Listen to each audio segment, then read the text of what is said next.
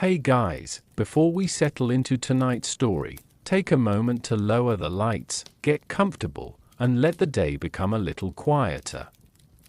If you enjoy these slow journeys into the past, you can leave a quiet like, subscribe, or tell me where you're listening from, then simply let yourself drift. Now imagine a town in the American West, sometime in the years after the Civil War. The sun has dropped behind a line of low hills, leaving the street in a soft blue shadow. Dust rests along the wooden boardwalk. A horse shifts outside a hitching rail, its harness giving a faint leather creak. Somewhere farther down the road, a door closes, and the sound seems unusually loud in the cooling evening. You push open the swinging doors of a Wild West saloon. Inside, the air is warmer. A few lamps glow above the bar, their flames trembling gently in the glass. The room smells of wood smoke, spilled whiskey, coffee, tobacco, damp wool, and something cooking somewhere behind the wall. You have not come looking for a grand dinner. That is part of the story. A saloon was primarily a place for drinking and socializing, and food could be modest, practical, or simply something offered to keep customers around a little longer. In many Western towns, the people sitting at the bar had spent their day riding, digging, hauling, repairing, trading, or waiting for work. Their meals were shaped by what could survive the journey west. What a merchant could stock, and what a cook could prepare without a modern kitchen. At a nearby table, a man removes his hat and places it carefully beside his elbow. His coat carries a thin layer of road dust. In front of him sits a tin cup of coffee, dark and plain. Beside it is a small plate, perhaps holding bread, meat, beans, or whatever the establishment happens to have available that evening. The details varied from town to town. A cattle settlement might have different supplies from a mining camp. A larger city saloon could offer a broader selection than a lonely establishment beside a stage route. Some places served meals for payment. Others became known for the old practice of a free lunch, where a customer buying a drink could help himself to food laid out along the counter, and the food itself tells us something important. It tells us about preservation, because fresh produce could be difficult to obtain. It tells us about transportation, because barrels, sacks, tins, and cured provisions could travel more easily than delicate ingredients. It tells us about labor, because someone had to wash the plates, tend the stove, boil the coffee, slice the meat, and keep the counter supplied. The American West was often imagined through cattle, horses, revolvers, and wide horizons, but people still had to eat. They ate between shifts. They ate after long rides. They ate while talking quietly with strangers whose names they might never learn. They ate food that was sometimes hearty, sometimes monotonous, and occasionally rather inventive. As evening deepens, the saloon grows calmer. A lamp near the kitchen throws a narrow patch of gold across the floorboards. A cook moves behind the bar with a tired rhythm, setting out another pot and wiping the edge of a wooden counter. Nothing remarkable happens, and that is exactly why we are here, because ordinary food, served on an ordinary evening, can reveal the texture of an entire vanished world. The story begins not with the plate, but with the room around it, and with the slow arrival of dusk in a frontier town, where hunger, habit, and hospitality quietly met beneath the same wooden roof, night after night. The last blue of evening is still visible through the front windows when the first lamps begin to matter. A little earlier, the street had been dusty and bright. Now the wooden buildings have lost their edges, and the road beyond the saloon looks almost empty. Inside, the room settles into its nighttime rhythm. You stand near the doorway for a moment, allowing your eyes to adjust. The saloon is not the enormous, polished room that later pictures sometimes suggest. In many frontier towns, it is simply a practical business fitted into a wooden building, with a bar, shelves, tables, chairs, and whatever other furnishings the owner could afford. Archaeological evidence from Western saloons includes bottles, glassware, ceramics, tobacco containers, and animal bones, quiet traces of ordinary life. A bartender moves behind the counter. He reaches for a bottle, pours a drink, replaces it, and wipes a narrow ring of moisture from the wood. The gestures have been repeated so many times that they require little thought. Near the wall, two men sit over a game of cards. Their conversation is low. Cards slide across the tabletop with a soft papery sound. Someone laughs once, then returns to his drink. At another table, a traveler loosens his coat and rubs his hands together. The evening has cooled quickly outside. He has been on the road for hours, and the warmth of the room is welcome. There is a particular quality to dusk in a frontier town. It is neither busy daylight nor deep night. Deliveries have mostly finished. Horses have been watered. Workers are coming in from the mines, ranches, workshops, and roads. Lamps are being lit one by one. The saloon becomes a meeting place almost without announcing itself. Some establishments were elaborate. Others were rough rooms attached to hotels or stores. Their appearance depended on the town, the period, and the owner's means.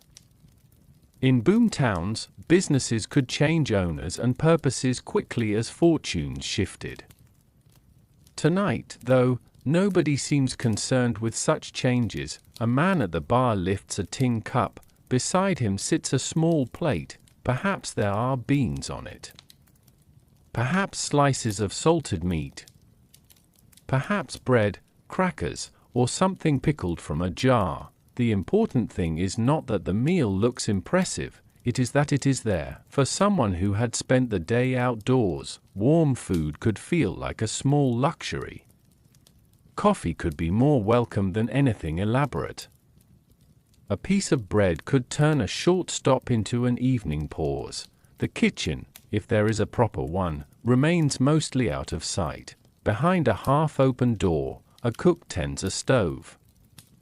The faint metallic sound of a pot lid rises and falls beneath the room's conversation. The smell of coffee moves through the air, mingling with smoke, leather, damp wool, and the unmistakable scent of old wooden boards.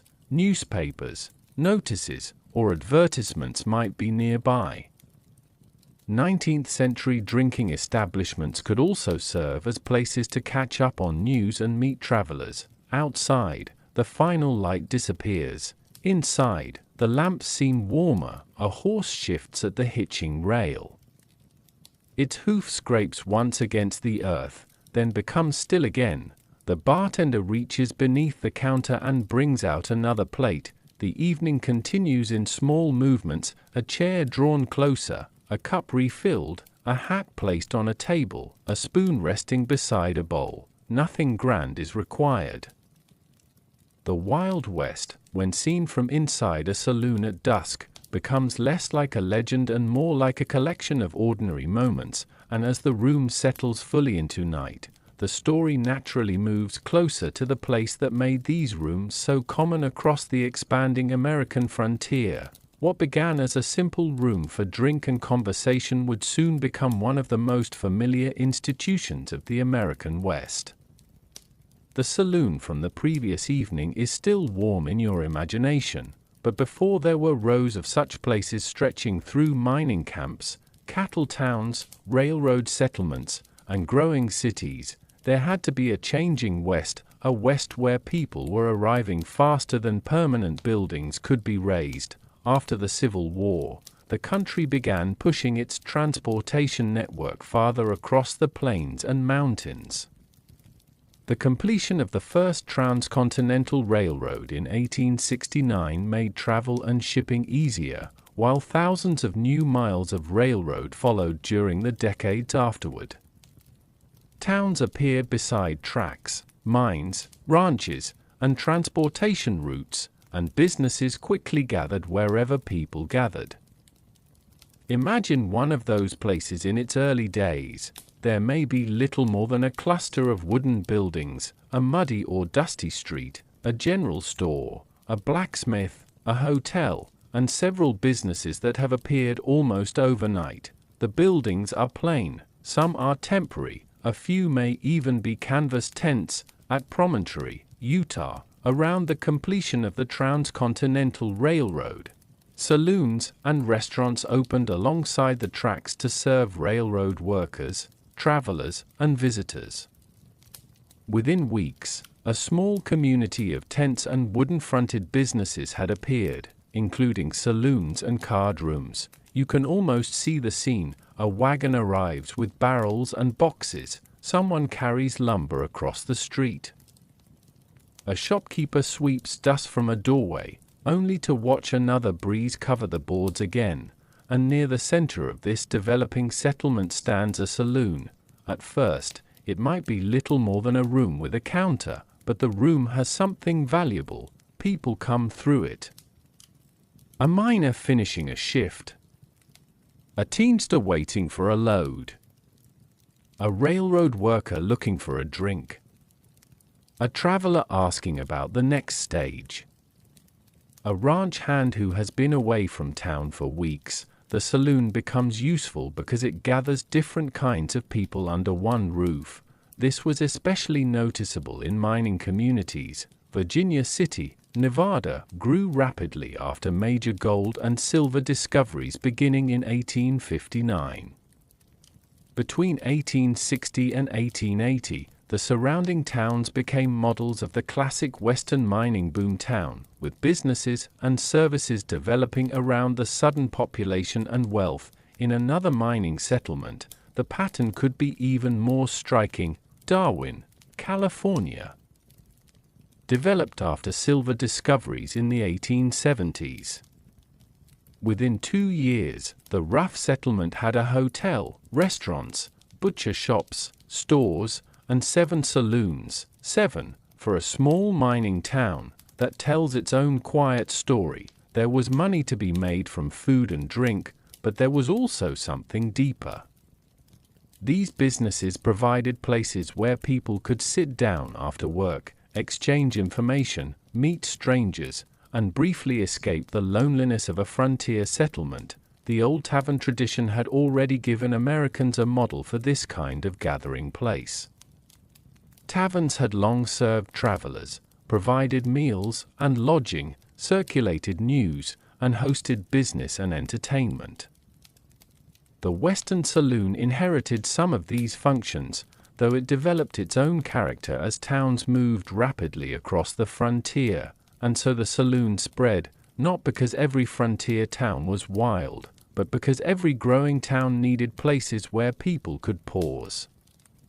A chair, a counter, a cup, perhaps something warm to eat. By the time the evening lamps were glowing across these settlements, the saloon had become part of the landscape itself, as ordinary in some places as the blacksmith shop or general store.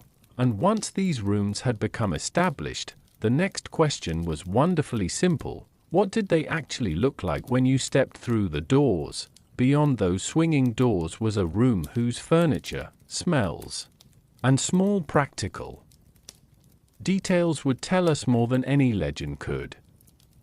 The new saloon has become familiar from the outside. Now, let us step through the doors. The evening air follows you only a few feet before the warmth of the room takes over. The floorboards creak beneath your boots. Somewhere nearby, a glass touches a wooden counter with a small, clean sound. This is the part of the frontier that paintings sometimes simplify. A saloon was not necessarily a grand room filled with polished brass and enormous mirrors. Some certainly were impressive, especially in prosperous towns, but many were modest businesses assembled from whatever the owner could obtain. Their interiors changed with location, wealth, and time, in one Nevada mining district. Archaeologists later found evidence of a saloon interior through fragments left underground: glass bottles, drinking vessels, plates, food remains, tobacco-related objects, and pieces of everyday furniture. The glamorous story had disappeared. The rubbish remained. You can imagine one ordinary room. A long wooden bar occupies much of one wall. Behind it are shelves holding bottles and glasses. Some establishments had elaborate back bars with mirrors and decorative woodwork, while smaller frontier businesses might have used much simpler arrangements. The counter itself is worn. Years of hands have polished certain places without anyone deliberately trying to make them beautiful. A bartender reaches for a glass, he rinses it, wipes it, and sets it upside down. On the other side of the room, a few small tables stand beneath dim lamps. Chairs are scattered around them, some matching, some clearly acquired at different times. The room has been furnished gradually: a table from one supplier, a chair brought from another town, a barrel repurposed for something useful. Nothing needs to match. Near the wall, you notice a stove. It is not the center of the room, but it quietly changes everything. Without some source of heat and cooking, the saloon could not easily provide coffee, warmed food, or the simple meals that made a long evening more comfortable. The smell tells you more than the furniture does: wood smoke, coffee, spilled spirits, tobacco, and underneath it all, the faint, stubborn smell of food. Saloon archaeology has repeatedly shown that eating was part of this environment. Animal bones, food remains, dishes, and serving vessels appear alongside the bottles and glasses. At some sites, archaeologists have even been able to distinguish different kinds of meat and preserved foods from discarded remains. A plate sits on a nearby table. It is plain. Perhaps it contains beans and meat, or bread and something pickled. There is nothing ornamental about it. The food has been placed there because someone intends to eat it. That practicality runs through the entire room. A customer does not need a delicate chair. He needs a chair that will hold him. The cook does not need a modern kitchen. She needs a stove, pots, knives, dishes, and a reliable supply of fuel. The bartender does not need a complicated system.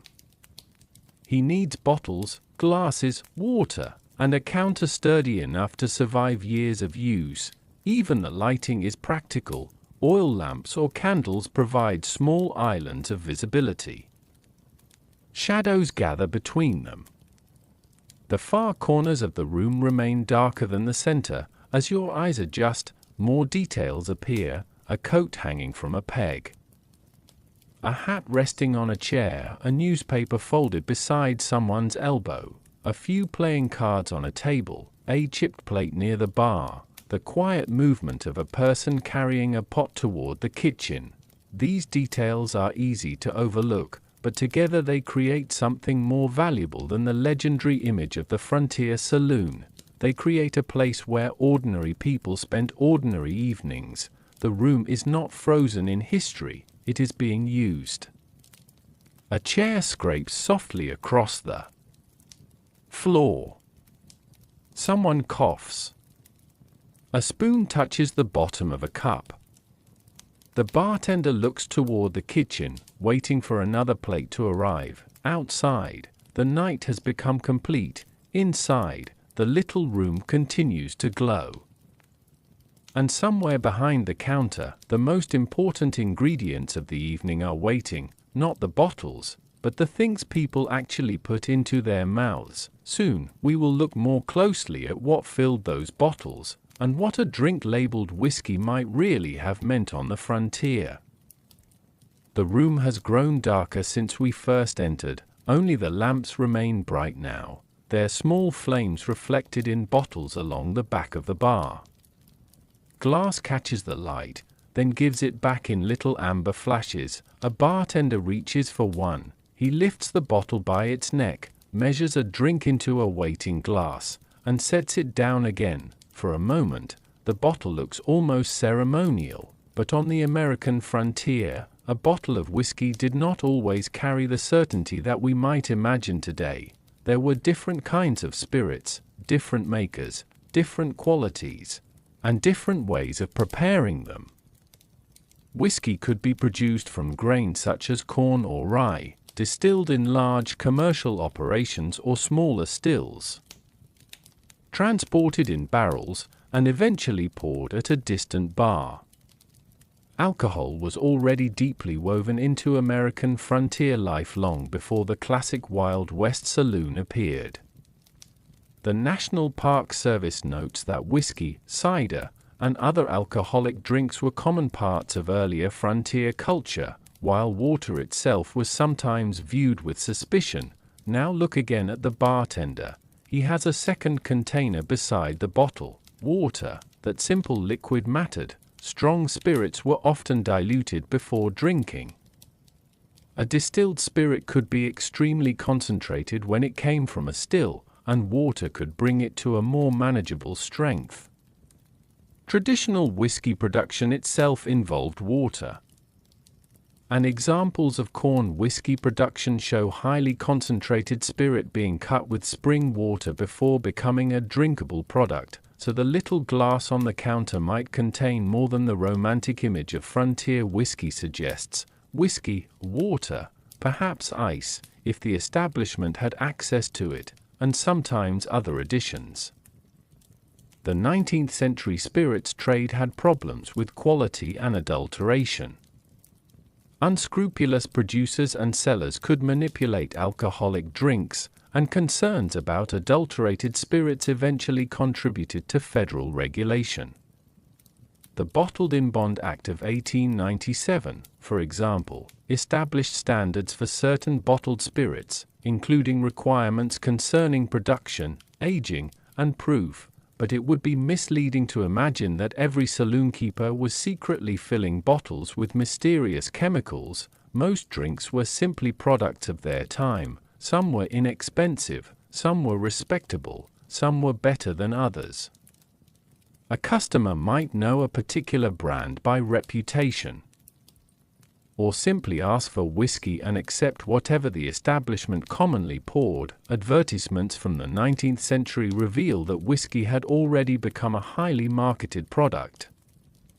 Bottles and labels were promoted through elaborate printed advertisements, sometimes presenting whiskey as a respectable household or medicinal commodity rather than merely a drink at the bar. At the counter, however, advertising disappears. The traveler does not see the factory, he sees the glass, he lifts it, the smell is sharp and warm. The drink catches briefly in the throat, then leaves a lingering heat. Perhaps he asks for water afterward. Perhaps the bartender adds some without being asked. Meanwhile, another customer has chosen something different: beer, cider, maybe coffee. Frontier drinking culture was never limited to one beverage, despite the way later stories often reduce the saloon to whiskey alone. At Fort Laramie, for example, the Soldiers' Bar eventually offered several brands of beer, while hard liquor was restricted. The bar therefore becomes a small map of personal preference. One man wants beer, another wants whiskey, someone else only wants coffee, and beside them, perhaps, a glass of plain water sits quietly on the counter. That water could be surprisingly important in the dry West, where reliable supplies varied greatly from place to place. The region's scarcity of precipitation shaped settlement, travel, and everyday life outside. The night air has cooled the dusty street. Inside, the bartender fills another glass. The bottle returns to its shelf. The water pitcher waits beside it. Nothing dramatic has happened, yet even these ordinary objects reveal something about the saloon. Drinks were not simply poured. They were transported, diluted, stored, advertised, judged, and eventually consumed by tired people at the end of ordinary days. And sometimes, beside the whiskey, there was something just as important: a little food offered without much ceremony. Before long, that modest food would become one of the saloon's most familiar attractions, waiting along the counter for anyone who cared to reach for it. The bottles have gone quiet on their shelves. Now the room smells less of spirits and more of food. Near the end of the counter, a few dishes have appeared. Nothing elaborate, just the sort of food that can be prepared, replenished, and eaten without interrupting the steady rhythm of a working saloon. This was the idea behind the free lunch. It sounds generous when we hear the phrase today, but the word free needs a little historical patience. In 19th century American saloons, bars, hotels, and restaurants, complimentary food could be offered as an inducement to customers who purchased drinks. The practice became especially associated with the saloon, where a patron might receive access to a spread after buying a drink. The food was often inexpensive, filling, and heavily seasoned. Imagine approaching the counter. There is a bowl of crackers. Beside it sits a dish of pickled vegetables. Perhaps there is cold meat, cheese, bread, or beans. The arrangement is practical rather than decorative. A customer buys his drink, then he reaches for something to eat. In some places, the spread could become surprisingly substantial. Historical descriptions of free lunch counters mention foods ranging from bread and cheese to meats, stews, pickled items, and other inexpensive dishes. The exact selection depended heavily on the establishment and the town. The saloon keeper understood the arithmetic. A little food could encourage a customer to remain longer and order another drink. The customer understood his own arithmetic too. If a drink came with food, the arrangement could make a modest amount of money stretch farther. Neither side needed to pretend it was charity. Still, there were rules, not always written rules. Sometimes the arrangement was understood simply through custom. You bought the drink. You ate from the counter. You did not necessarily carry the food away, and you did not behave as though the counter were your private pantry. A bartender might keep an eye on the dishes, replenishing them as necessary. The food had to remain available to customers without allowing one person to consume everything. There could be a quiet social rhythm to it.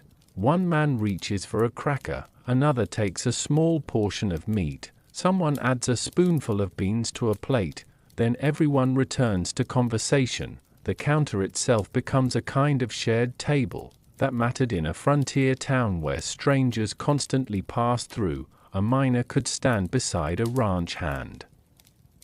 A traveler could eat beside a shopkeeper. Someone who had arrived that morning might hear local news from someone who had lived there for years. Food created an excuse to remain in the room, and because the lunch was inexpensive to the saloon keeper, preservation mattered. Salt helped, vinegar helped, pickling helped. Bread and crackers could be stored more easily than delicate fresh foods. Cured meats could remain useful after transportation and storage. The free lunch was therefore closely connected to the wider food economy of the 19th century. A saloon could not simply depend on whatever happened to grow nearby. It needed ingredients that merchants could transport and store. The counter tells this story quietly. A jar, a loaf, a plate, a bowl, a pitcher, nothing looks especially important. Yet each object represents a decision about cost, storage, preparation, and appetite. Later, critics of the free lunch tradition would complain that heavily seasoned food encouraged customers to drink more. Whether every saloon followed such a strategy is impossible to generalize, but the basic commercial logic was simple enough. Food brought people to the bar and helped keep them there. For now, though, the room is peaceful. The bartender straightens a plate, a customer dips a piece of bread into something warm, someone pours another drink, the lamps burn steadily above them. The free lunch is neither a grand feast nor an act of pure generosity. It is something more ordinary.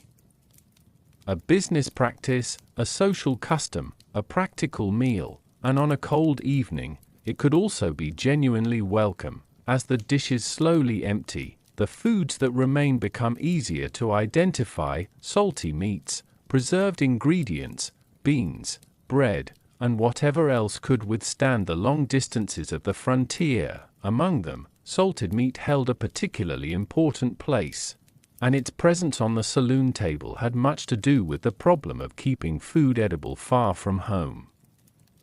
The last few dishes from the lunch counter have been gathered away. Only a faint smell of vinegar and cooked beans remains in the room, while the bartender wipes the wooden surface with a damp cloth. Somewhere behind him, a knife touches a cutting board in an unhurried rhythm. Tonight, the most dependable food is not the freshest, it is the food that has learned how to wait. Salted meat belonged naturally to a world where refrigeration was still decades away from becoming an ordinary part of daily life. Salting, smoking, drying, and curing were among the practical methods used to preserve meat, allowing it to survive transportation and storage far longer than fresh cuts. In the American West, preserved foods were especially useful for travelers, soldiers, miners, ranchers, and remote communities. Imagine a supply wagon arriving in town. The driver has brought sacks, barrels, boxes, and perhaps a side of cured meat wrapped against dust.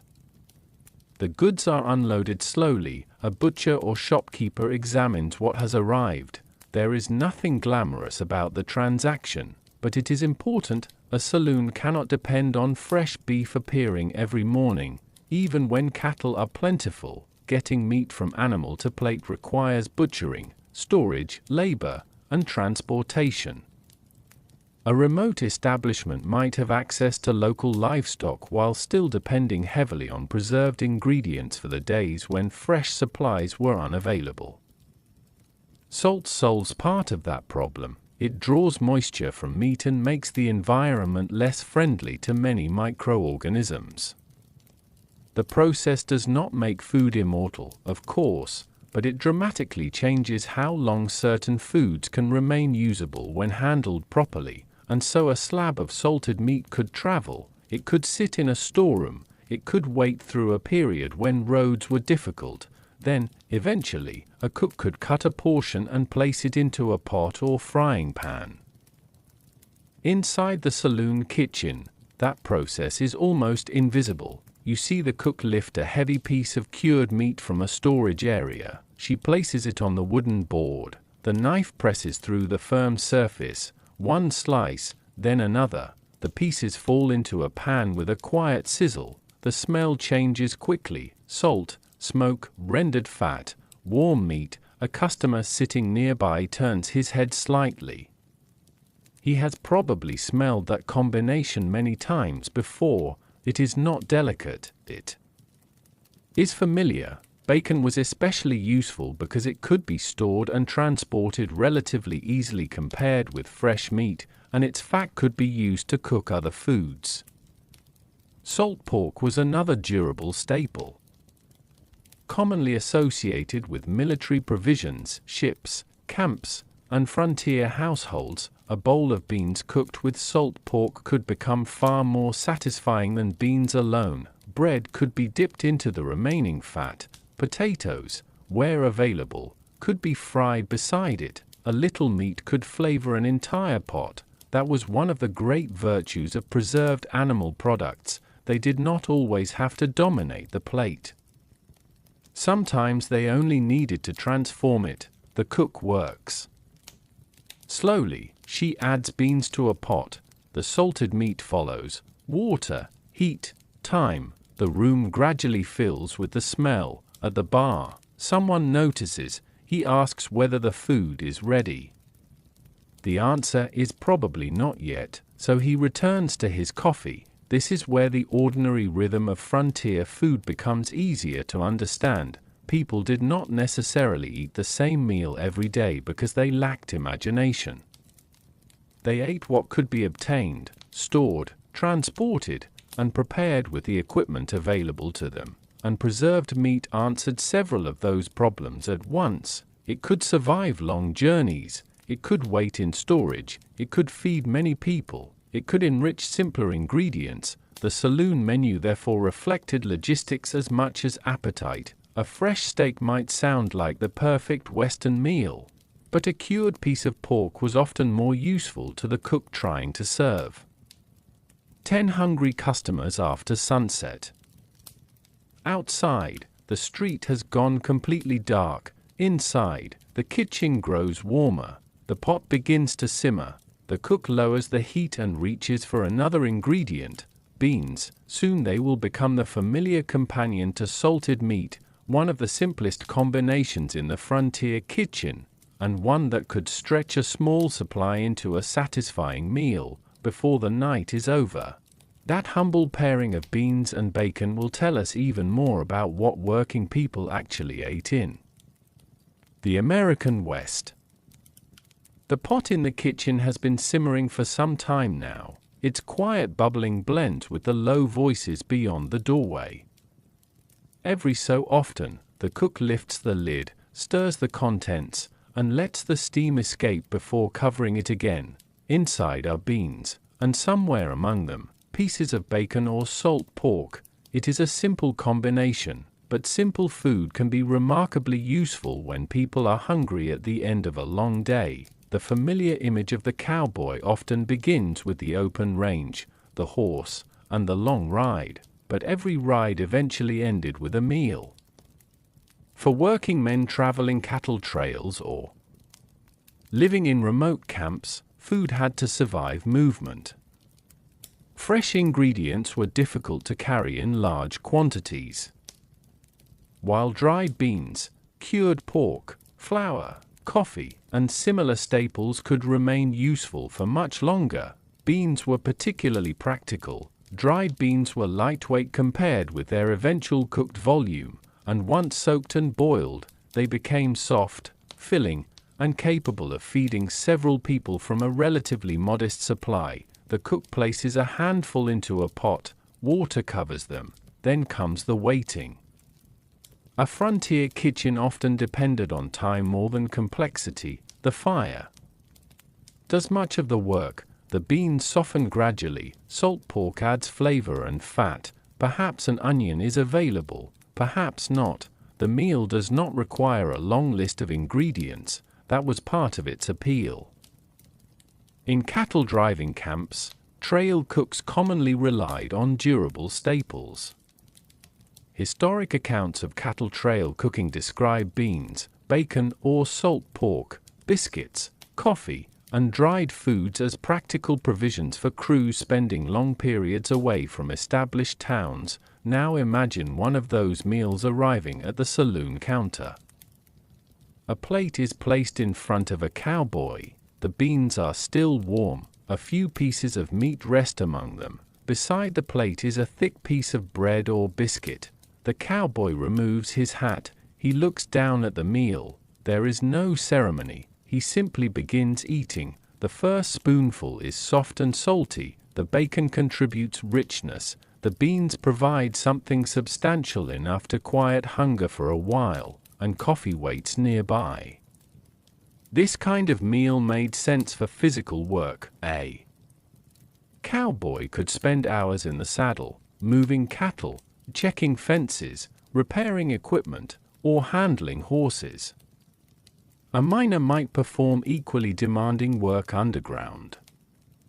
Teamsters, railroad workers, ranch hands, and laborers all needed food that provided energy without requiring elaborate preparation. Yet the phrase cowboy diet can be misleading if we imagine that every cowboy ate exactly the same way. Some meals depended on geography, some depended on the season, some depended on the employer. A wealthy ranch might provide better meat and more variety than a temporary trail camp.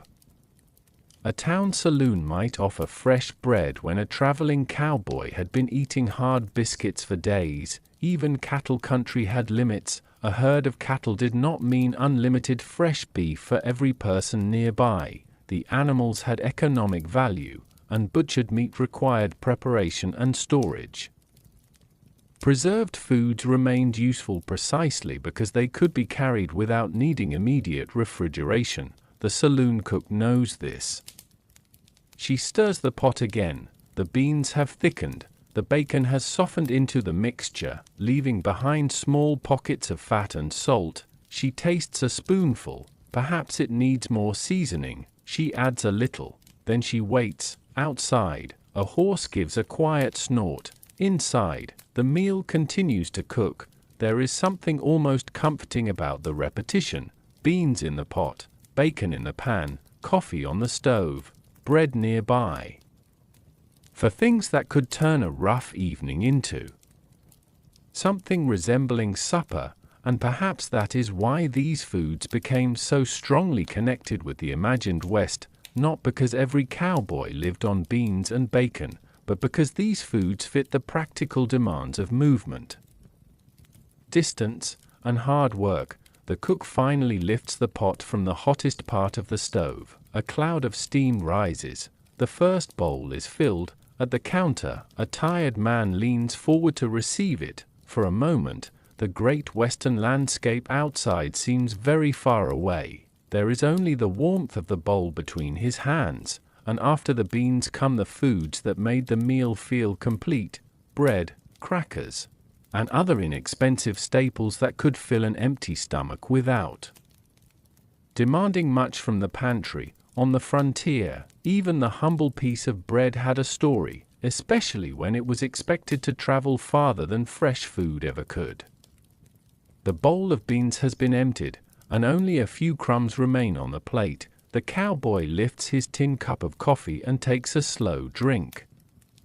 Beside the cup sits a piece of coarse bread, simple enough to overlook, yet bread was rarely an unimportant part of a meal. In a frontier kitchen, it could stretch food, settle hunger, absorb sauces and fats, and turn a small serving of meat into something that felt more substantial.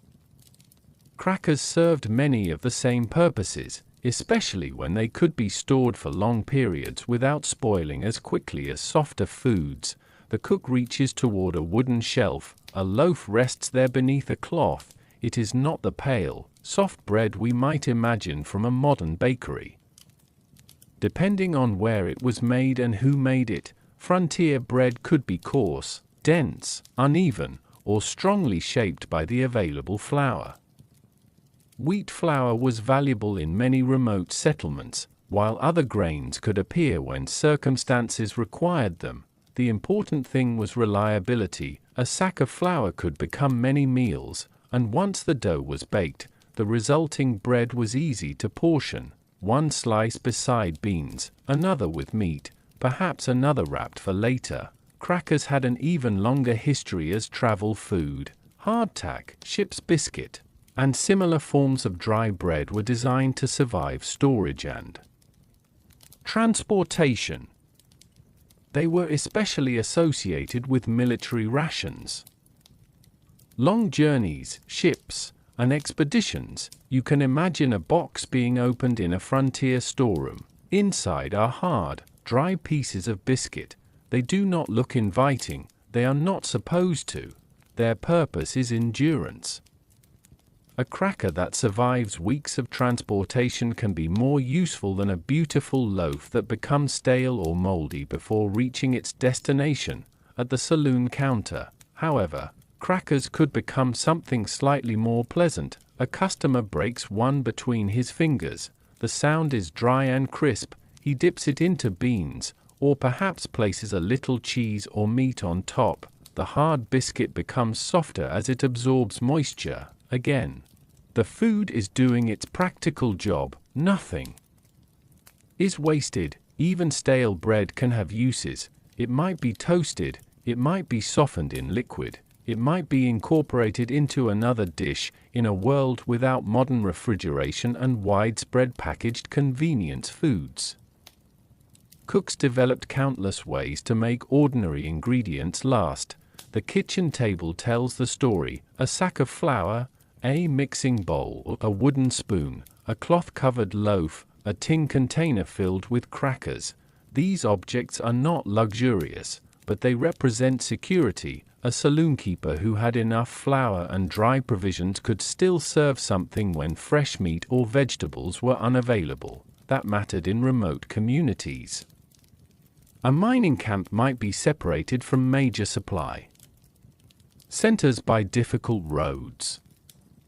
A ranch could sit far from a town. A railroad settlement might depend on shipments arriving according to schedules that were not always perfectly predictable. Dry food offered breathing room. And bread had another advantage. It made meals feel larger. A small portion of stew could become satisfying when eaten with bread. Beans could be scooped up, gravy could be absorbed, coffee could be accompanied by a piece of toast or biscuit. A hungry worker did not necessarily need an elaborate meal, he needed enough. The cook understands this without explaining it. She places 2 pieces of bread beside a bowl. Then she adds a handful of crackers to a small wooden dish near the bar.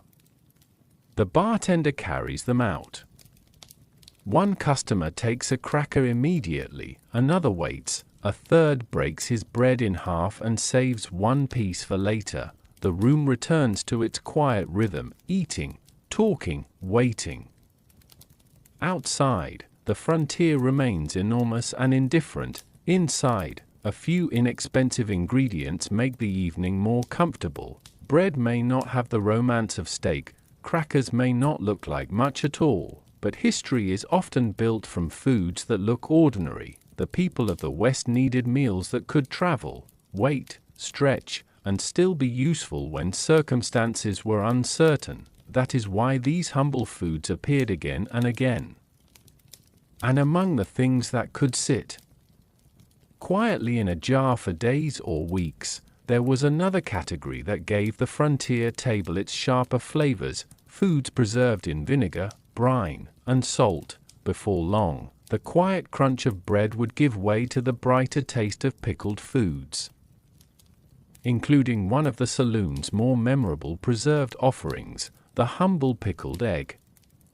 The bread has disappeared from the table now. In its place, near the end of the counter, sits a glass jar filled with something much brighter. Small pale eggs rest beneath a layer of clear brine. The jar catches the lamplight. For a moment, it looks almost decorative. It is not. Pickling was one of the simplest ways to preserve foods before refrigeration became an ordinary part of everyday life.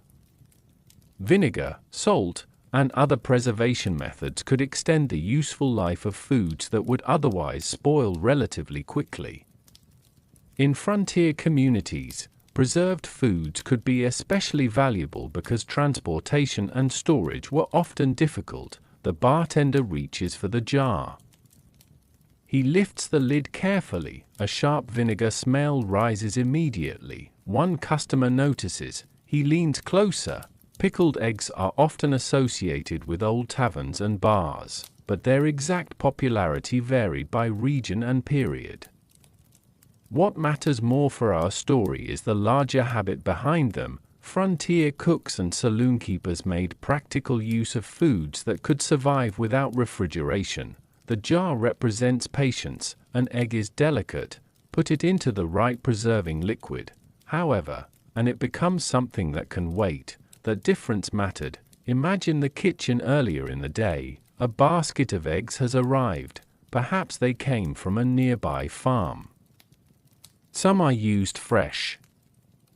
Others are boiled. The shells are removed. The eggs are placed into a jar. Vinegar and salt are added. Then the jar is closed. Nothing dramatic happens afterward. The food simply waits. That was one of the great virtues of preserved ingredients. They did not demand immediate attention. A saloon could keep jars of pickled vegetables, relishes, onions, or other preserved foods close at hand and serve them whenever needed. Such foods could add sharpness to meals that otherwise relied heavily on salt, fat, beans, bread, and cured meat. The effect was surprisingly useful. A bite of something sour could wake up a heavy meal. A pickle could accompany meat. A preserved vegetable could add texture to beans. A pickled egg could become a small snack beside a drink. The saloon table therefore contained foods with very different personalities: soft beans, chewy meat, dry crackers, now something crisp and sour. The cook places several eggs into a small dish. Their surfaces shine slightly beneath the lamp. The customer reaches for one. He bites into it. There is a brief crunch from the firm white, followed by the tang of vinegar. Perhaps he likes it, perhaps he does not. Either way, it is practical food, and practical food often looks stranger when viewed from a modern kitchen. Without refrigeration, preservation became part of everyday planning. Salt, smoke, drying, pickling. These methods allowed food to remain useful across seasons and distances. They also created flavors that became familiar in their own right. A jar of pickled vegetables could sit on a counter for days. A preserved meat could wait in a storeroom. A dried bean could remain edible for months when properly stored. The frontier diet was therefore not simply about eating whatever happened to be fresh. It was about knowing how to make yesterday's food useful tomorrow. That idea quietly changed the appearance of the saloon table. Instead of a large variety of fresh dishes, customers might encounter a collection of durable foods designed to survive the journey from farm, ranch, storehouse, or merchant wagon, and sometimes those foods became local habits. One town might favor pickled onions, another might serve vegetables preserved in vinegar, a particular saloon might become known for a certain snack. There was room for variation. The jar of eggs remains on the counter. The bartender closes the lid. The vinegar smell slowly fades back into the mixture of coffee, tobacco, wood smoke, and cooked food. Outside, the night continues. Inside, someone orders another drink. Beside it, perhaps, comes another small plate. The meal is simple, but it has lasted, and that leads naturally to a less comfortable question. Preserving food made it possible to keep meat longer, but it did not guarantee that every piece of meat placed on a saloon table was good. The next morning, behind another frontier kitchen door, a cook would face the question every food worker understood: how good was the meat that had actually arrived? The jar of pickled eggs has been closed and returned to the shelf. Now the kitchen smells different. There is the familiar scent of a cooking fire, but underneath it is something heavier, the smell of raw meat waiting to be prepared. The cook stands beside a wooden work table. A piece of beef rests on the board. She studies it briefly before reaching for the knife. For a saloon kitchen, meat quality was never a simple matter of whether the beef was good or bad. It depended on where the meat came from, how recently it had arrived, how it had been transported, how it had been stored, and how carefully it was handled afterward. That was a difficult chain to maintain in the 19th century West. Modern refrigeration was not yet an ordinary part of frontier life. Ice could sometimes be harvested, transported, or stored, and commercial refrigeration technology was developing during the late 19th century, but the everyday saloon cook generally worked without the dependable cold storage we take for granted today, so fresh meat had to be used relatively quickly. Imagine a butcher's delivery arriving in the morning. The meat is wrapped. The cook carries it inside. The kitchen is already warming from the stove. By afternoon, the room will be warmer still. This does not mean that every saloon served spoiled meat. That would be an unfair picture, but it does mean that preservation, timing, and careful storage mattered enormously. Salted and cured meats were useful partly because they could remain stable for longer periods. Fresh beef was another matter. A cook might buy from a local butcher when available. In cattle country, local livestock could provide access to beef, but proximity did not automatically guarantee quality. Animals still had to be handled, slaughtered, butchered, transported, and stored. Each stage mattered. A cut of meat could be excellent when fresh and considerably less appealing after too much time in poor conditions. The cook trims a piece, she removes a tough edge, the knife moves slowly through the meat. Nothing is wasted unnecessarily. A smaller piece may go into stew, a better portion might be cooked separately. Bones can add flavor to broth. Fat can be rendered. The practical kitchen finds a use for almost everything. That mattered because meat was not cheap in every context.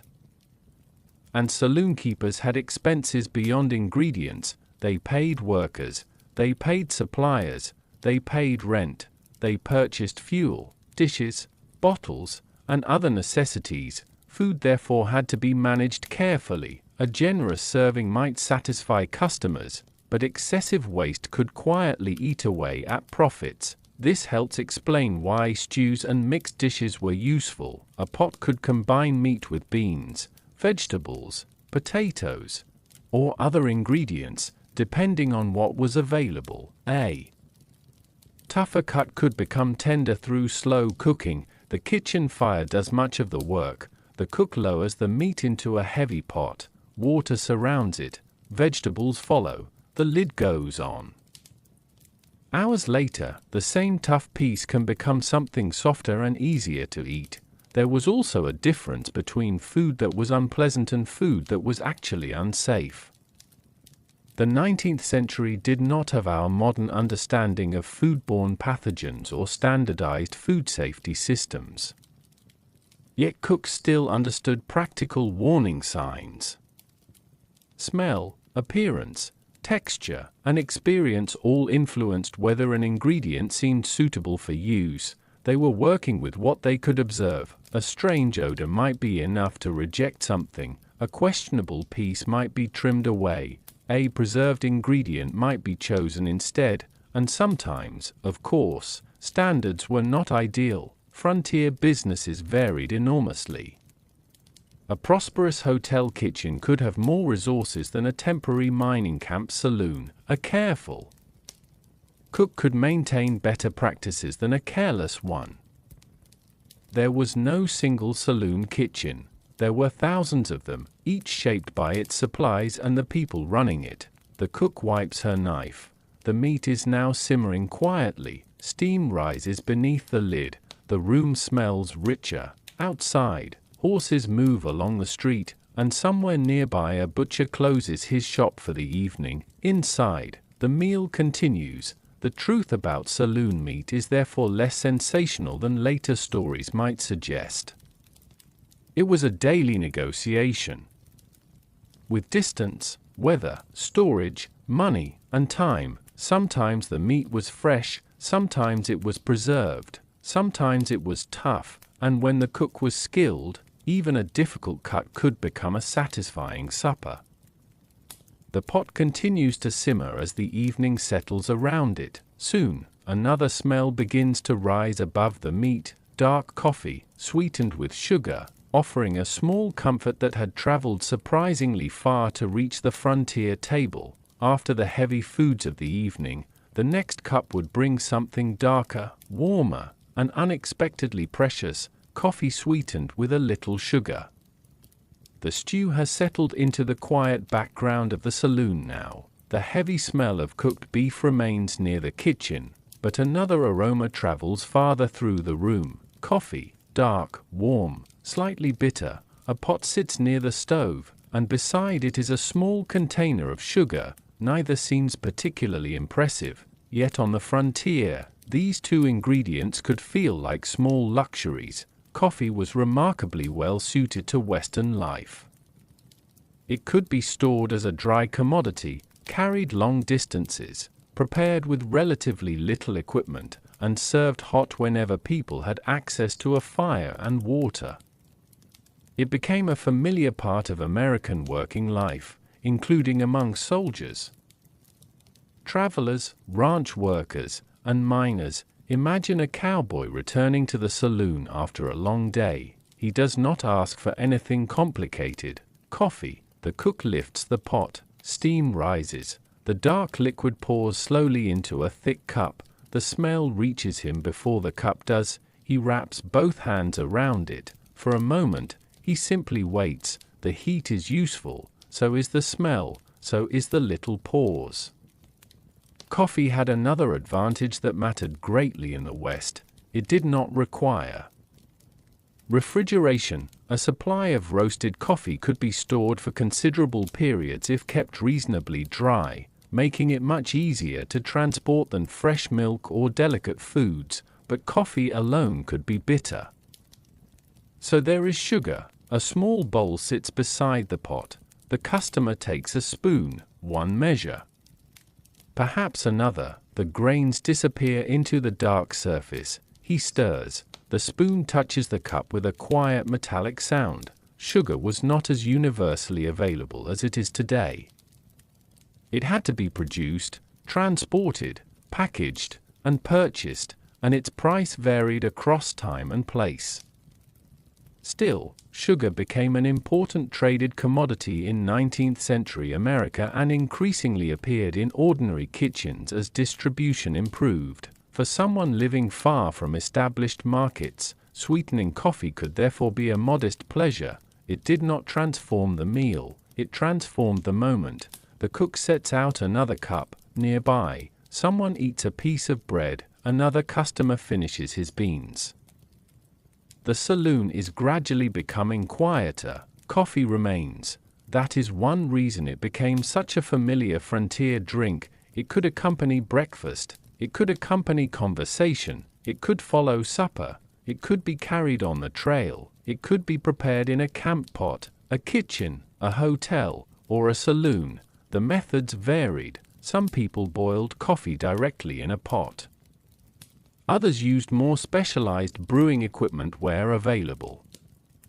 Camp cooking often favored simplicity because the fewer objects required, the easier the routine became. The cook knows the process by heart: coffee grounds, water, heat, time, then the pouring. The pot gives off a low hiss as it settles near the stove.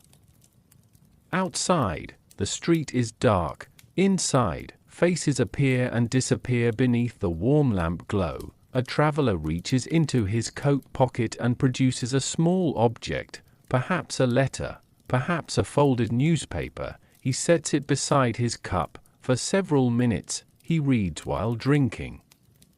This is one of the quiet pleasures of a saloon meal, not luxury in the grand sense. No silver service, no elaborate dessert, just warmth, sweetness, caffeine, and a chair. For a person who has spent the day outdoors, that could be enough, and the combination of coffee and sugar tells us something about the frontier economy. Not everything people consumed was produced locally. Some of the most familiar ingredients traveled enormous distances before reaching a Western table. Coffee beans came through international trade, sugar came through agricultural and commercial networks, salt came from distant sources, flour could travel by wagon or rail. Even a simple cup therefore connected the saloon to a much larger world. The customer takes another drink. The coffee has cooled slightly. He adds one final spoonful of sugar. Then he settles back. The room feels slower now. The evening meal is nearly finished.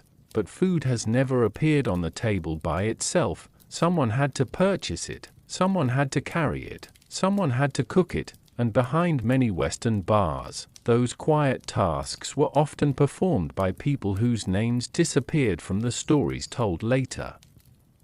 The next part of the evening belongs to those unseen hands, beginning with the cooks who worked behind the bar while customers saw only the finished plate.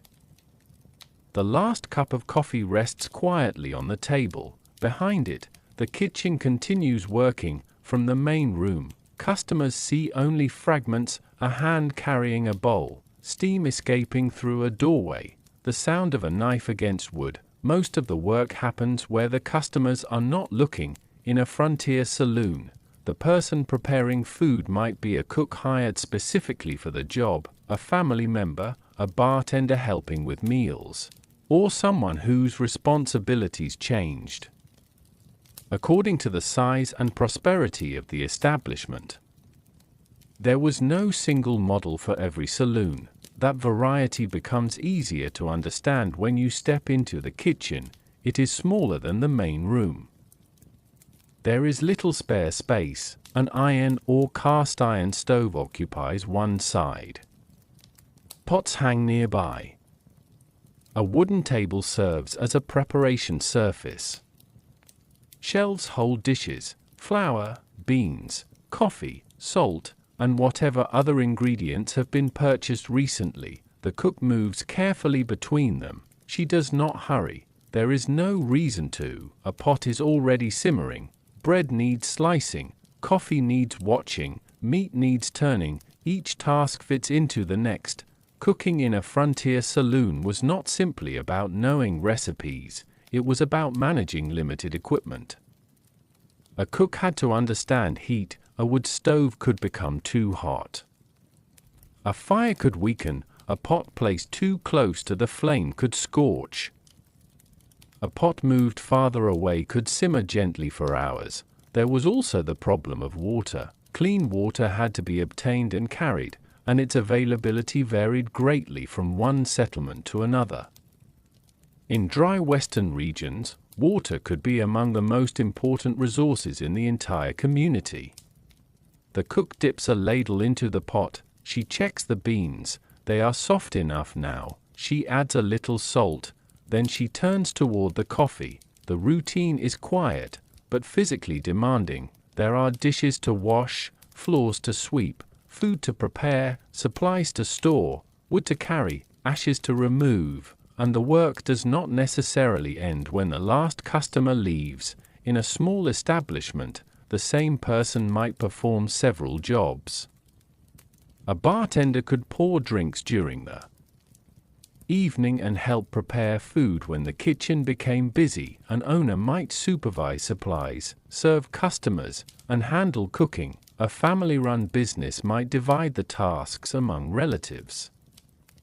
Larger establishments could employ dedicated cooks and kitchen workers. The size of the operation mattered. So did the town. A temporary mining settlement had different resources from a prosperous railroad city. A small saloon serving a handful of customers could operate with one person doing nearly everything. A busy establishment might require several workers simply to keep up. This is why the food on a saloon table should never be separated from the labor behind it. A bowl of beans represents preparation. A loaf of bread represents flour, water, fuel, kneading, baking, and cleaning. A cup of coffee represents grinding, boiling, serving, and washing the cup afterward. Even the free crackers required purchasing, storage, and replenishment.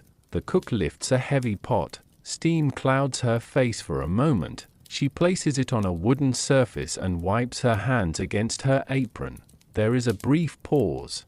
Then she reaches for another task. Perhaps a plate needs carrying into the main room. Perhaps a customer has ordered meat. Perhaps another pot must be placed over the fire. The kitchen never quite becomes still. And yet there is something peaceful about watching this kind of work. The repetition, the familiar tools, the quiet confidence of someone who knows exactly where everything belongs. Outside, the town may be changing rapidly. New buildings appear.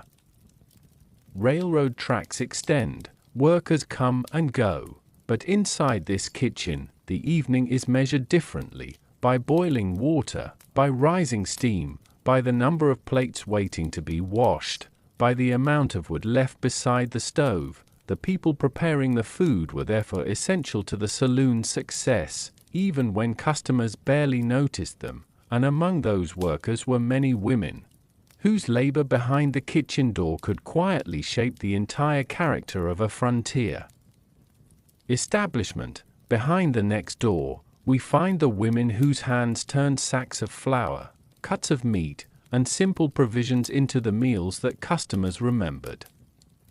The kitchen has grown quieter since the last plates were washed. A few embers remain beneath the stove, glowing softly through the iron grate.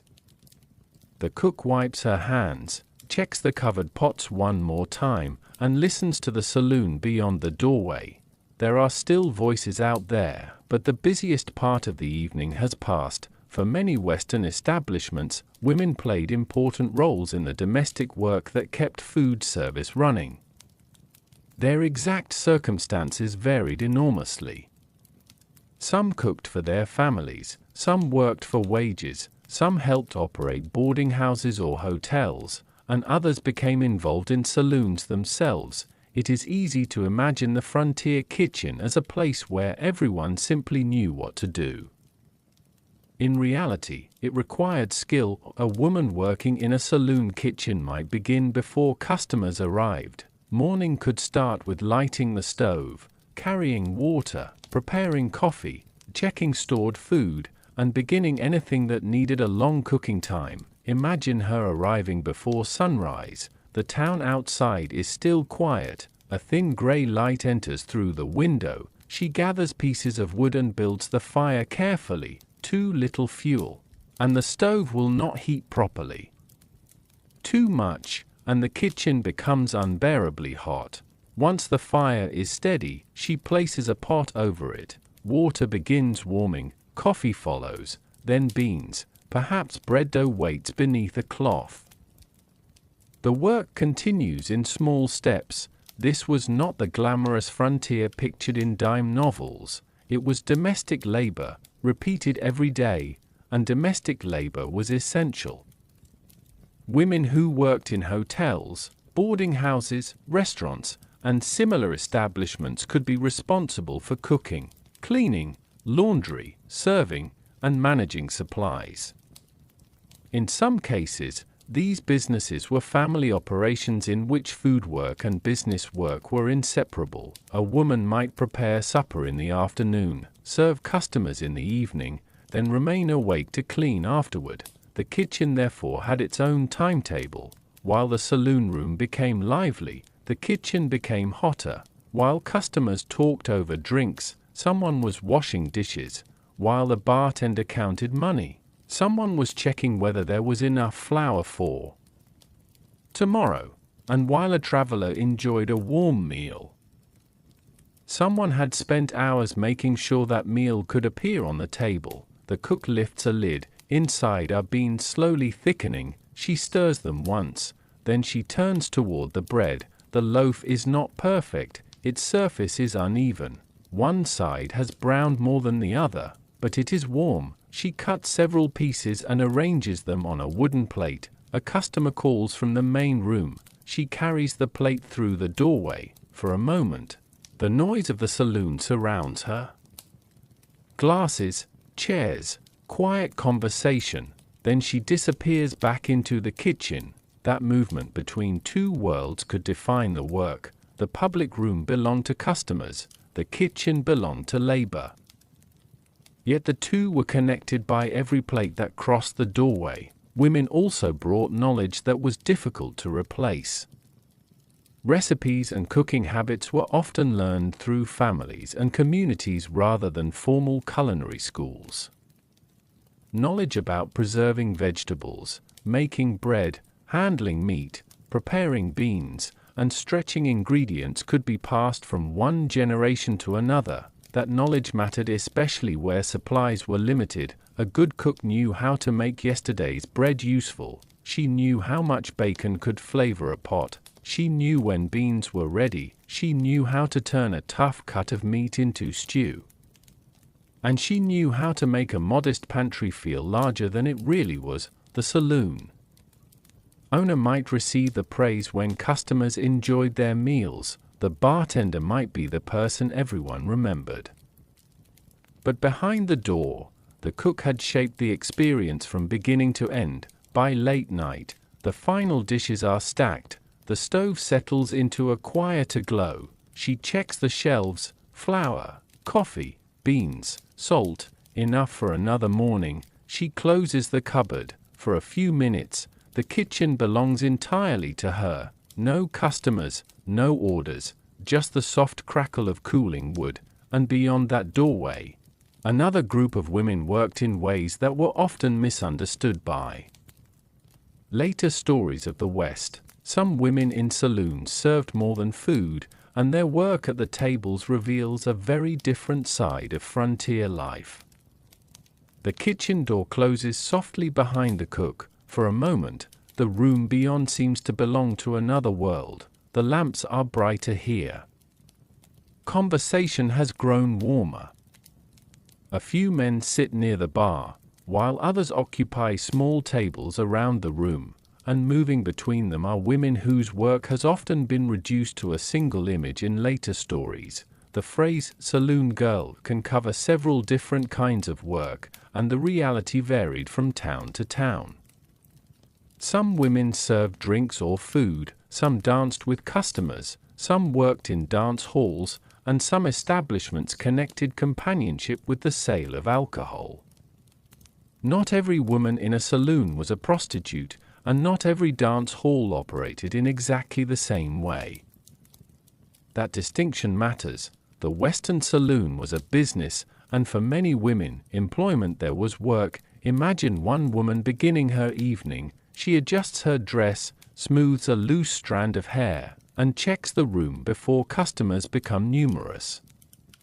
The clothing might be more elaborate than what she would wear while doing kitchen work, because appearance was part of the service she provided. A customer enters, she smiles, he takes a seat, perhaps she brings him a drink, perhaps she sits with him for a while, perhaps the establishment uses dancing as part of its business. Historical evidence from Western dance halls shows that women could earn money through dancing and companionship.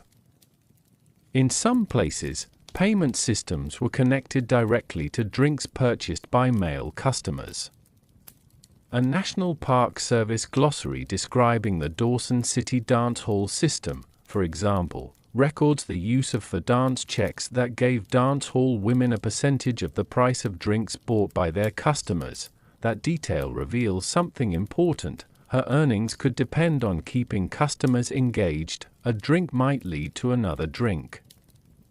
A short conversation might become another. A dance might end with a return to the bar. The business model was built around time spent inside the establishment, but the popular image of the saloon girl can still be misleading. She was not simply an ornament placed beside the bar. She had to remember names, read moods, carry drinks, talk with strangers, maintain appearances, and sometimes deal with customers who had consumed too much.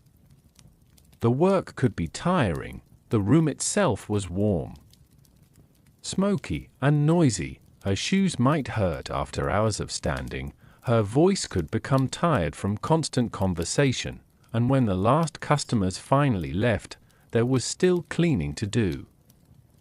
Wages varied enormously. Some women were paid directly, others depended partly on commissions, tips, or payments connected to drinks and dances. The most successful establishments could offer women opportunities to earn more than some other forms of available work, especially in towns where men greatly outnumbered women. That imbalance shaped the social world of many mining communities. Cerro Gordo, for example, grew around silver mining and attracted a heavily male migrant population.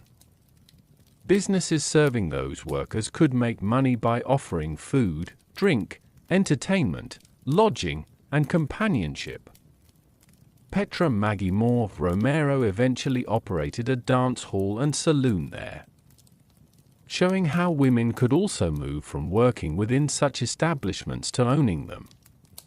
The line between roles was not always fixed. A woman could begin serving customers. Later, she might save money. Perhaps she became a manager. Perhaps she opened her own business. Perhaps she left the saloon altogether.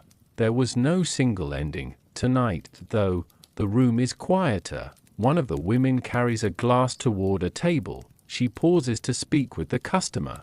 The conversation is ordinary, a question about the road, a comment about the weather, a little laughter. Nothing dramatic. That was part of the service. For a lonely traveler, conversation itself could be valuable. The West could be an isolating place, especially for men living far from families and established communities. A saloon offered food and drink, but it could also offer company. That company had a price. Sometimes the price was a drink, sometimes a dance, sometimes a meal, and sometimes, in certain establishments, much more intimate arrangements existed. But history becomes clearer when we resist turning every woman into the same character. Some worked, some danced, some cooked, some served, some owned businesses. Their lives did not fit neatly into the stories later told about the frontier. The woman at the table finishes her conversation and returns toward the bar. The lamps glow softly above her. Behind her, the kitchen continues its work, and somewhere nearby, another woman is doing something even less expected. Counting money, negotiating supplies, and making decisions as the person who actually owns the saloon, because some of the women behind those wooden doors were not employees at all, they were the people signing the bills and deciding what happened next. The last glasses are still being cleared when the woman behind the counter opens a small wooden ledger. The room has quieted, a few customers remain, speaking softly over the remains of their meals. In the kitchen, dishes are being stacked.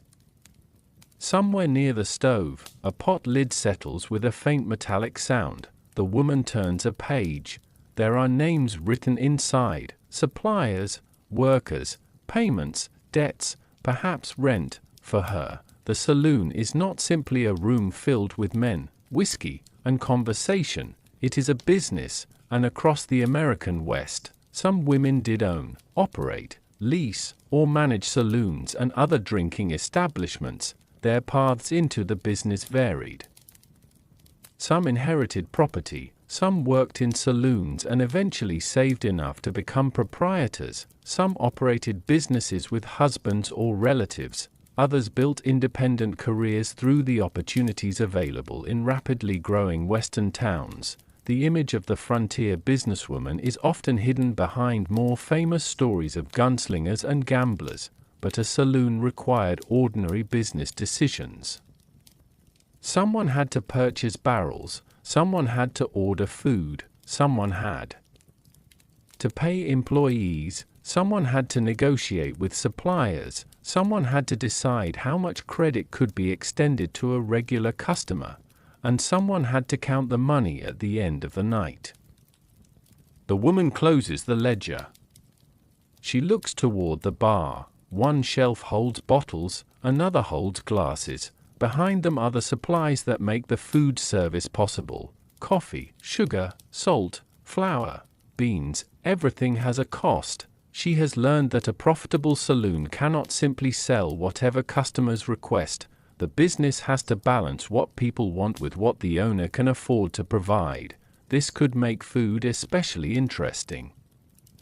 A bowl of beans might cost little to prepare. A good cut of fresh beef required more. Bread could stretch a meal. Coffee could be served repeatedly. Preserved foods could sit safely in storage longer than delicate ingredients. Every menu decision had a financial side. The owner walks into the kitchen. She checks the shelves. The cook points toward the flour sack. It is getting low. The owner nods. Tomorrow, someone will need to purchase more. This is how ownership looked most of the time, not dramatic, just a sequence of small decisions. A business could succeed because those decisions were made carefully. Women who ran saloons also had to deal with the social expectations of their communities. Their reputations mattered. Their establishments had to attract customers while remaining acceptable enough to continue operating. Rules about alcohol, gambling, prostitution, and public behavior varied between towns and changed over time. Some communities tolerated saloons as necessary businesses. Others attempted to regulate or restrict them. A proprietor therefore needed to understand more than food and drink. She needed to understand the town, who came in, who paid, who caused trouble, which supplier could be trusted, which employee was dependable. and how much business could be expected during different seasons. Mining towns could swell rapidly, railroad settlements could change just as quickly. A place that seemed busy one year might become quieter after a mine closed or a route shifted. The saloon owner watched those changes closely. Her ledger recorded the practical version of the frontier, not legends, numbers. A payment here, a purchase. There, a customer's unpaid account, a barrel delivered, a sack of flour consumed, a day's receipts counted beneath an oil lamp. In one western mining community, Petra Maggie Morve Romero became associated with a dance hall and saloon in Cerro Gordo, California, illustrating how a woman could move from working within the saloon world to operating an establishment herself. Her story is unusual enough to be remembered, but the broader lesson is quieter. Women were not simply decorative figures standing beside the bar. Some were workers, some were cooks, some were entertainers, and some were business owners. The woman closes her ledger again. She places it beneath the counter. Then she begins checking the remaining bottles. 1, 2, 3, enough for tomorrow. She turns toward the kitchen. The cook is already preparing to leave. Together, they discuss what needs to be purchased in the morning. There is no grand speech, just practical planning. That is often what ownership looks like when seen from close enough. The lamps burn lower. The town outside is nearly silent, but inside the saloon, the day's business is still being gathered into order. And tomorrow, different customers will arrive with different expectations. A miner may want something filling. A cowboy may want coffee and beans. A traveler may ask for bread.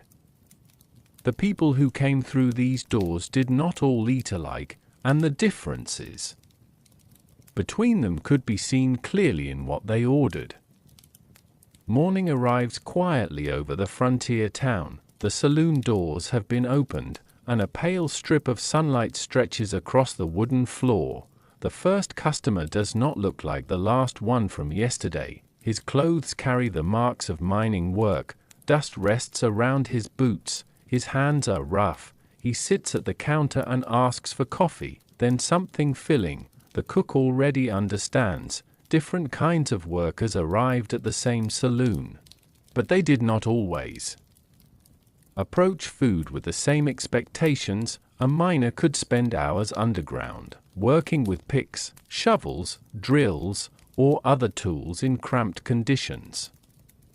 A cowboy might spend most of his day outdoors, riding, moving cattle, checking animals, or traveling between distant points. Their work was different.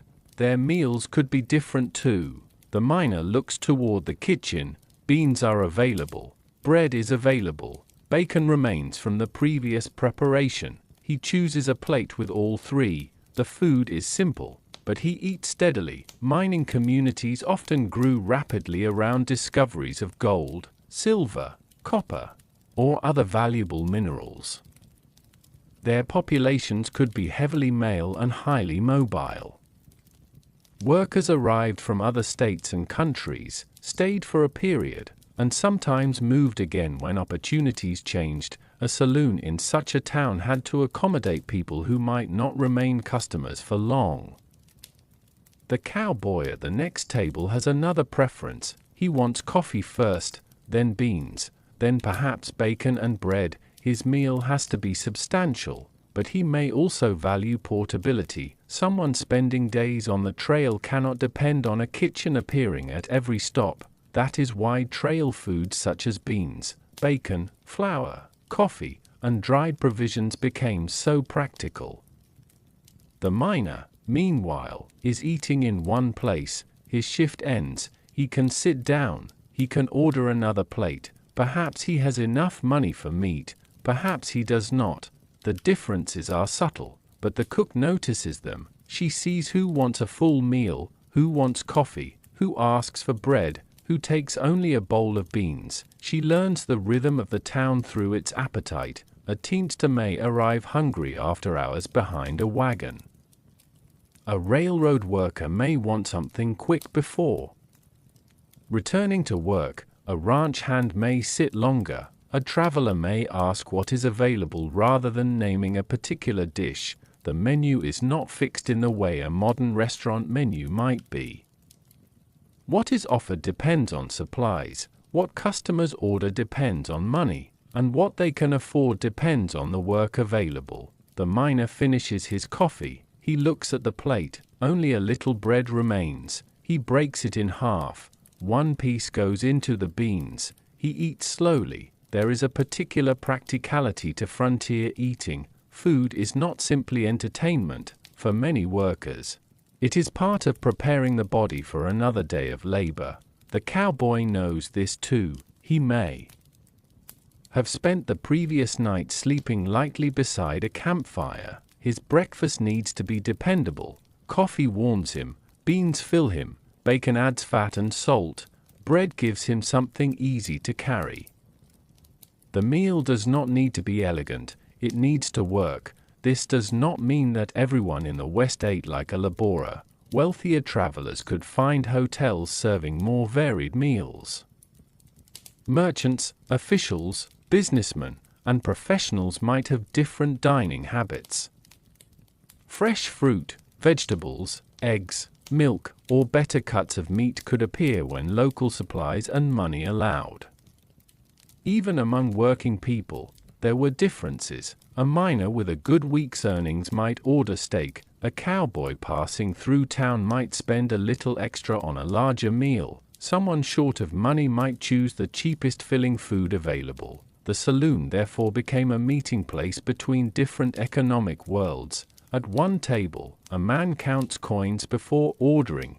At another, someone buys food without hesitation. The cook moves between them.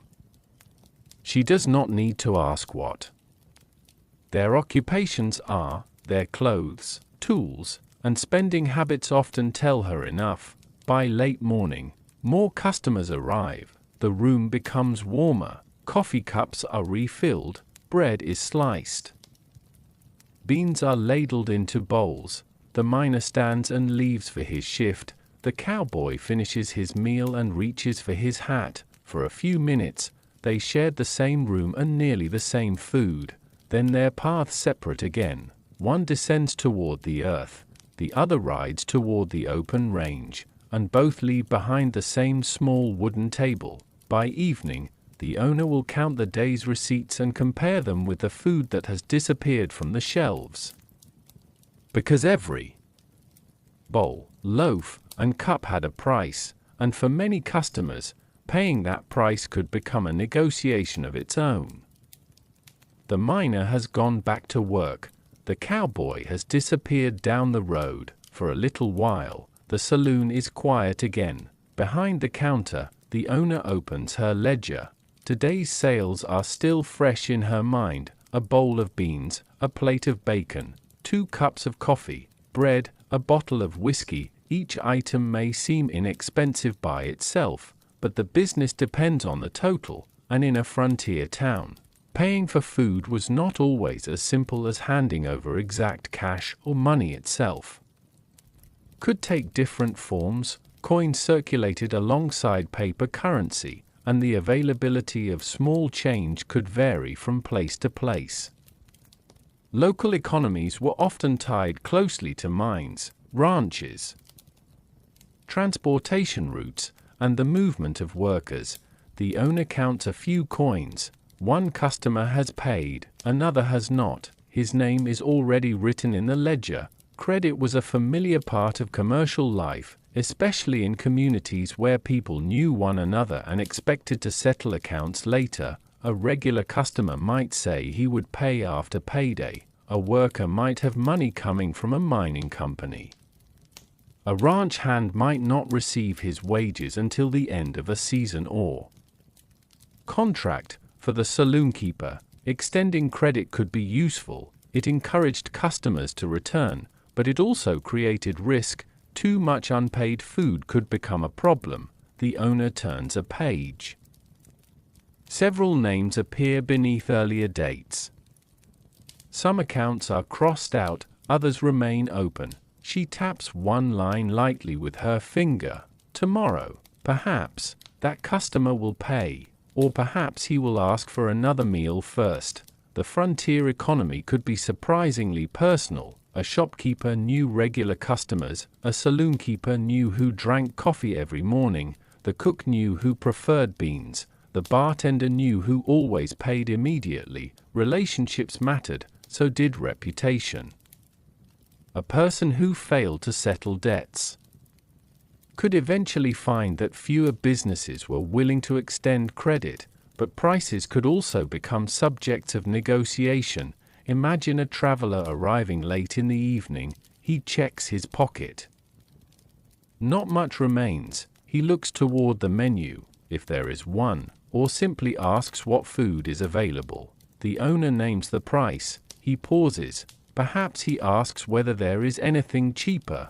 The cook has beans, bread, coffee. The traveler chooses the beans. That is not necessarily a dramatic bargain. It is simply a person making a decision with limited money. Food prices varied widely across time and place, influenced by transportation costs, local supply, seasonal conditions, and distance from major markets. A western town supplied by a railroad could have access to goods that were difficult to obtain in an isolated mining camp. The remote settlement might pay much more for flour, sugar, or other imported products. That extra cost eventually reached the customer. The saloon owner had little choice. If a sack of flour cost more to bring into town, bread could not remain priced exactly as it had been elsewhere. The customer might not care about the wagon route. He cared about the coin in his pocket. The owner cared about both. She had to cover expenses and still attract customers. That balance was delicate. A plate price too high could send people elsewhere. A price too low could make the business unsustainable. Credit added another layer. A customer could eat today and promise payment tomorrow. Tomorrow might bring wages, or it might bring another request for credit. The owner closes the ledger. The room has grown darker. She lights another oil lamp. At a nearby table, a man counts his remaining coins carefully before ordering coffee. He sets them down one at a time. The bartender looks at the small pile, then at the man. A brief conversation follows. There is no shouting, no grand argument, just the quiet arithmetic of a working person's evening. The man eventually chooses the cheaper meal: beans, bread, coffee. The coins disappear across the counter. The plate arrives. He sits down. For him, the meal is enough, and perhaps that is one of the clearest things about saloon food. It was not only shaped by taste, it was shaped by money, by wages, by transportation, by debt, by what could be. Afforded after a long day, the owner returns to her ledger. Another line is added. Another payment recorded, another meal exchanged for a few coins. Outside, the town settles into darkness. Inside, the food has done its quiet work, but every meal carried another question, one that people of the 19th century understood all too well: whether the food that filled the stomach was also kind to the body. For all its warmth and comfort, the saloon table could still carry the less pleasant consequences of crowded kitchens, uncertain water, and food handled long before anyone sat down to eat.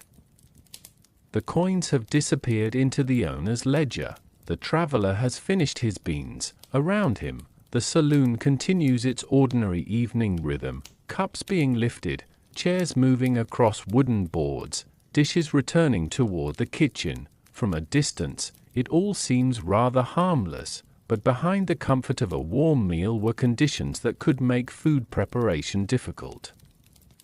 A frontier saloon did not have the conveniences of a modern kitchen. There were no electric refrigerators humming quietly in the corner, no automatic water supply, no standardized inspection system watching every shipment, no printed expiration date waiting on a package. Instead, food safety depended heavily on local knowledge. cleanliness, storage, weather, and the care of the people doing the work. The cook knows this in practical terms. She checks the water before filling the cooking pot. She looks over the meat. She keeps food covered when she can. These habits may seem ordinary, but they matter. Water was especially important. Western towns obtained water from wells, springs, rivers, cisterns, or other local sources, and quality could vary considerably. In places where sanitation was poor, human and animal waste could contaminate water supplies. The problem was not visible. Clear water could still carry disease. A cook could not simply look into a bucket and know everything about it, so she worked with what she had. Boiling water for coffee or cooking could make it safer, although the effectiveness depended on the process being done properly.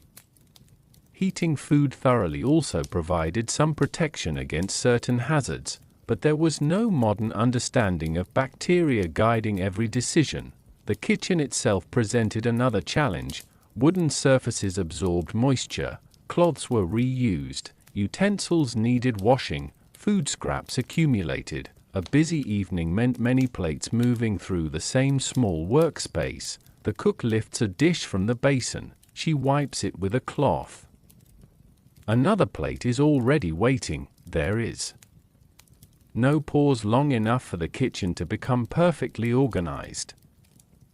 Work continues. Heat creates another problem. A wood-burning stove can make a small kitchen extremely warm, particularly during summer. Meat, dairy products, cooked dishes, and other perishable foods could become difficult to keep safely cool. This is one reason preservation remains so important. Salted meat could wait, dried beans could wait, crackers could wait, fresh meat could not always enjoy the same luxury.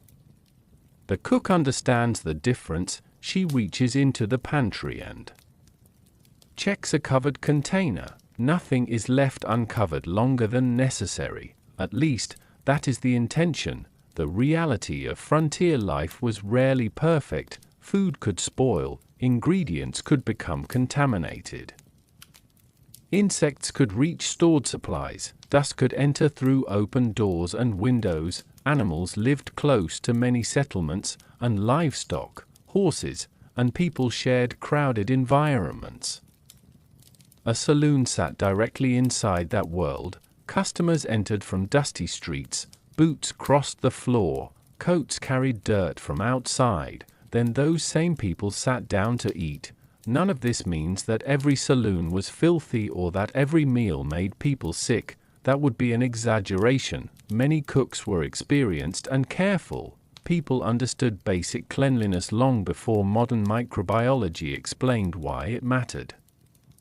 They washed utensils, they covered food, they removed spoiled ingredients when they recognized them. They boiled, baked, fried, smoked, dried, and salted foods because these practices had practical value, but knowledge had limits. A person could recognize an unpleasant smell. They could not see microscopic bacteria. That invisible difference changed the risks. For workers, the kitchen itself could be exhausting. Heat from the stove, long hours standing, heavy pots, repeated lifting, smoke, steam, cleaning. The bartender faced his own strain, spending long evenings standing behind the counter, surrounded by noise and smoke. The people serving food were therefore exposed to a different kind of frontier hardship. Not dramatic hardship, ordinary hardship. The sort that accumulates quietly through repetition. Near midnight, the kitchen finally begins to cool. The cook extinguishes part of the fire. The last plates have been washed. The remaining food is covered. The saloon becomes still. Outside, the frontier night stretches across the dark street. Inside, the smell of coffee and cooked beans remains faintly in the wooden walls. For all its imperfections, this little room has provided something important: warmth, food, conversation, and a place to rest. And tomorrow, the same doors will open again. But for tonight, the plates are empty, the lamps are burning low. and the long story of the saloon table is finally beginning to quiet. The saloon is quiet now. The last customer has stepped through the wooden doors, and for a moment the room seems to hold the shape of the evening that has just passed. A few chairs remain slightly out of place, an empty cup sits near the edge of the counter. The kitchen fire has been reduced to a soft bed of embers. Nothing remarkable is happening, and perhaps that is the right way to end.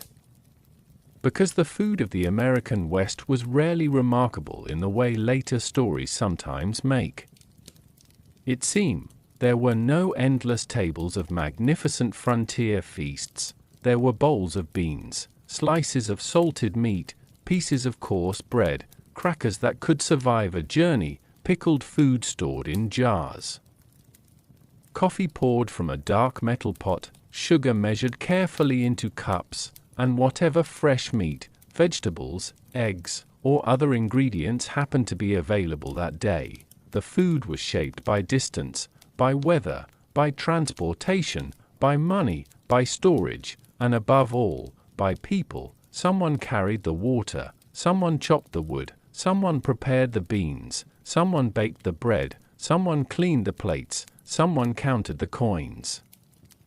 Someone wrote the debts into a ledger, and someone, eventually, closed the doors. These ordinary actions connected the saloon to the larger world around it. A sack of coffee might have traveled a great distance before reaching a western town.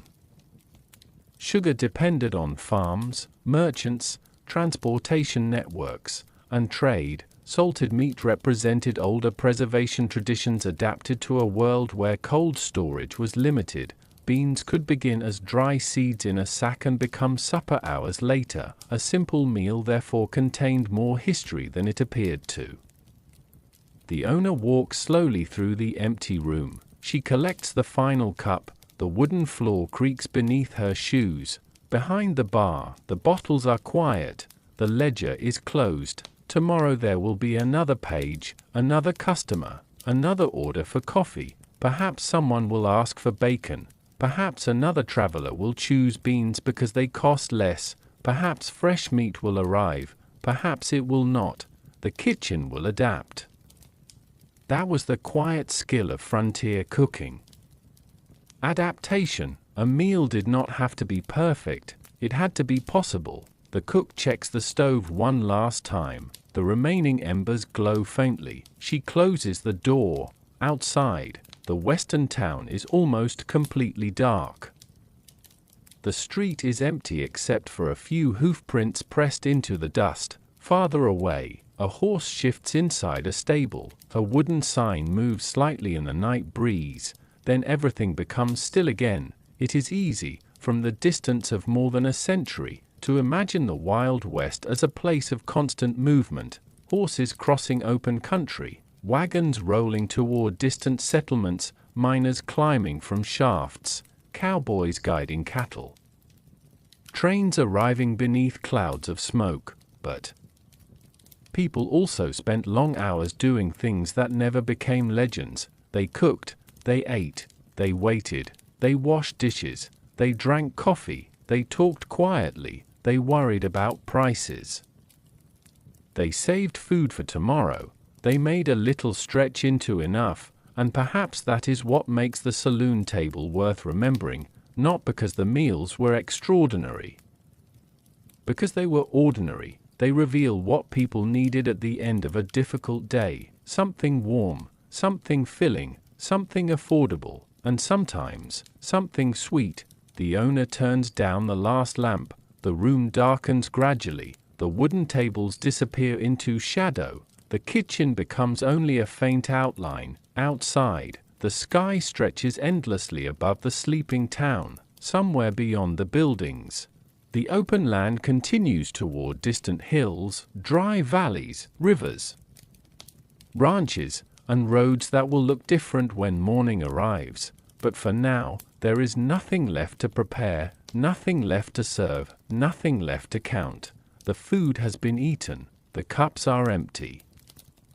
The fire is almost gone, and the saloon, which only a few hours earlier held voices, footsteps, meals, and quiet conversations, has returned to silence. Perhaps that is the gentlest image to carry with you: a small wooden room on the edge of a very large country, a cooling stove, an empty bowl, a little coffee left at the bottom of a cup, and the knowledge that ordinary people once sat exactly where you might imagine them sitting now, resting for a while before another day began. The frontier was vast, their meals were modest, their lives were complicated, but for a few quiet minutes, there was always a table, and something warm upon it, so let the old saloon grow quiet now. Let the lamps fade, let the last embers dim, and let that little wooden room disappear gently into the darkness, carrying with it the simple sounds of another evening long ago.